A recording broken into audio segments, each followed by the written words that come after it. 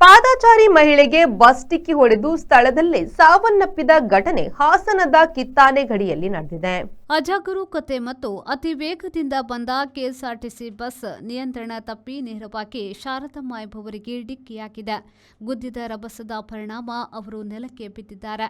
ಇದೇ ವೇಳೆ ಬಸ್ನ ಹಿಂಭಾಗದ ಚಕ್ರಗಳು ಅವರ ಮೇಲೆಯೇ ಹರಿದು ಹೋಗಿದೆ. ಕಾಲುಗಳು ಸಂಪೂರ್ಣವಾಗಿ ಜಜ್ಜಾಗಿದ್ದು, ಕಣ್ಣೆದುರಿಗೆ ಒಂದು ಜೀವ ಬಲಿಯಾದ ಭೀಕರ ದೃಶ್ಯ ಎಲ್ಲರಲ್ಲೂ ದಿಗ್ಭ್ರಮೆಗೊಳಿಸಿದೆ.